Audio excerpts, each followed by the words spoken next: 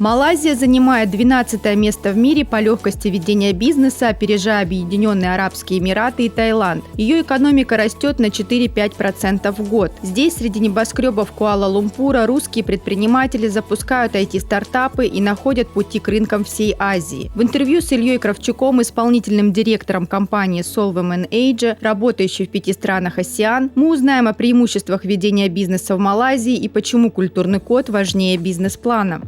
Меня зовут Илья Кравчук, я в Малайзии уже 18 лет.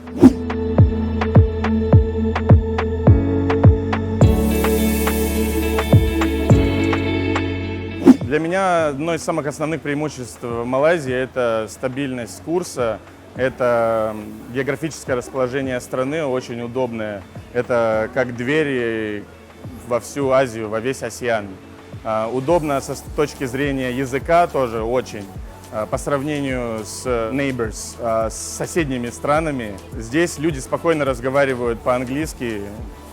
Даже если не разговаривают сами, то хотя бы могут понимать. В Таиланде языковой барьер намного выше и сложнее. В Индонезии тоже, если ты не в столице и не разговариваешь с какими-то людьми высокого поста, то разговор становится намного сложнее. Малайзия – это стабильная зона. По сравнению с Сингапуром здесь для бизнеса есть куда развиваться, масштабироваться, и у Малайзии есть земля по сравнению с Сингапуром. Именно для предпринимателей, у которых есть экспертиза или углубленность в определенной индустрии, я думаю, в Малайзии у них больше opportunities, возможностей, да, что-то сделать или что-то начать. Люди сюда приезжают, люди делятся ресурсами, связями, каким-то своим опытом. Много российских предпринимателей, которые сюда приехали и создали базу. По сравнению с другими странами, во многих из них нужно иметь местного человека как директора или как акционера компании. В Малайзии это не нужно. Уже это упрощает многие процессы. Ты можешь владеть компанией местной, как ООО, здесь это называется Сендirian Berhad, и быть полноценным стопроцентным акционером и единственным директором. Законодательство Малайзии довольно открыто. Предпринимателям, которые сами сюда приехали и сами открыли, самостоятельно могут вести свой бизнес. Не нужно даже иметь рабочие визы или какого-то рабочего пермита, чтобы открыть свой бизнес и оперировать им. Именно в этом регионе люди начинают понимать то, что работать с российской продукцией может быть для них выгодно и хорошо. Когда я был в Китае, я увидел то, что Китай начинает выставлять на их премиум полки русскую продукцию. И я думаю, то, что Малайзия и другие азиатские страны идут в этом направлении постепенно, понимая, что такое качество. Основные отрасли экономики Малайзии, которые формируют основу ее ВВП – электроника и высокие технологии, агропромышленный комплекс, а также туризм и сфера гостеприимства. Культурные объекты, такие как фабрика Royal Selangor, генерируют до 12% доходов в своей отрасли. Основанная в 1885 году китайским мигрантом Юнкуном, фабрика стала мировым эталоном ремесленного производства и контролирует до 22% мирового рынка изделий из пьютера. Мир и этот регион, не только Малайзия, двигается в сторону цифровизации. И Малайзия на самом деле во многих этих направлениях лидирует. Тренды, которые я вижу, помимо ИИ, конечно, что глобальный тренд сейчас, все азиатские страны, восточные страны пытаются вложить больше денег в ИИ и развитие ИИ. Я из индустрии импорт-экспорта, поэтому я вижу другие некоторые тренды. Я вижу тренды в food security секторе. Этот весь регион, особенно Малайзия, движется в сторону ESG очень сильно. И многим азиатским странам в связи с food security, чтобы масштабировать свое производство и экспорт своей сельскохозяйственной продукции, которую они выращивают здесь, им нужно больше удобрений. Я это вижу как и возможность, так как и тренд. Малайзия – многонациональная страна, где доминируют три этноса – малайцы и потомки китайских и индийских мигрантов. В религиозном срезе доминируют 4 религии – ислам, буддизм, индуизм и христианство. При общей численности населения 34 миллиона человек этнический баланс остается критическим фактором для маркетинга, HR-стратегии и госрегулирования.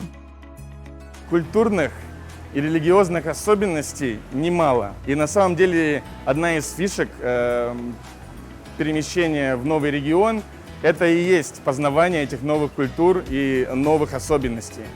Но для бизнеса, я бы сказал, важная особенность, которую нужно учитывать почти любому предпринимателю, который хочет выходить на этот рынок через Малайзию, на рынок Азии, например, через Малайзию, это халяль сертификация, это если вы работаете с халяль-продукцией или если ваш рынок – это массовый рынок, а так как население Малайзии в большинстве это мусульмане, поэтому нужно всегда учитывать этот момент. В отличие от малайской группы, которые проповедуют ислам, малазийские китайцы проповедуют философию, которую, наверное, даже нельзя назвать религией, философия, которая сложно какое-то определить название, но, допустим, четкие ноты буддизма мы с вами можем увидеть. Главные атрибуты буддизма – это статуя знаменитого Сиддхартха Гаутамы Шакьямуни и замечательной богини Гуанинь, которую любят все сторонники буддизма.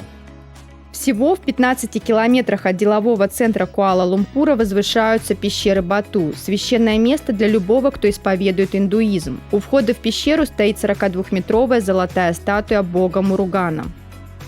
Это наша традиция, идет с древних времен. Это как благословение для нас. Это храм бога Муругана. Изначально здесь был другой храм, но позже его посвятили Муругану. Мужчины наносят больше священного пепла, женщинам точечно. Это традиция защиты от зла. Мы верим, что она оберегает нас. Восхождение по ступеням храма для нас носит также священное значение. Например, если в семье кто-то болен, дают обет. Если выздоровеет, поднимусь по ступеням. Мы молимся и исполняем обет. Для нас это возможность молиться за себя, за семью, детей, за всех.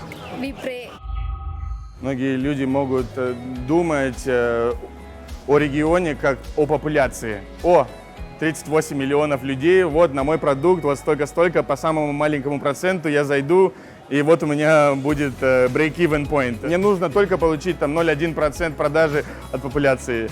Вот. Ты можешь весь бизнес-план проделать, ты можешь все финансово посчитать, а потом ты сталкиваешься с тем, что психология людей здесь из-за того, что большинство мусульманское население, оно здесь другое, оно отличается. Как ты делаешь маркетинг, как ты преподносишь свой продукт или сервис, это все меняется, потому что психология людей и твоего целевого рынка другая. И в моем опыте, не зная этого, можно проделать много работы и напланировать много вещей, что потом ты понимаешь, все можно выбросить просто и нужно создавать по-новому. И что бы я рекомендовал людям, которые сюда приезжают, научитесь хотя бы на базовом уровне разговаривать по-малайски, потому что это очень элементарный и один из самых простых языков, которые я когда-либо вообще изучал. Новым людям, которые приезжают, владение языка для разговорного уровня 6 месяцев достаточно. Тоже владение языка упрощает многие моменты в бизнесе и делает их быстрее. Потому что когда ты изучаешь язык, ты тоже изучаешь, как эта нация думает, какие-то культурные фишки про них. Потому что это отражается в языке каждой нации. Ну, даже в русском языке это во многих русских словах отражается душа русского человека.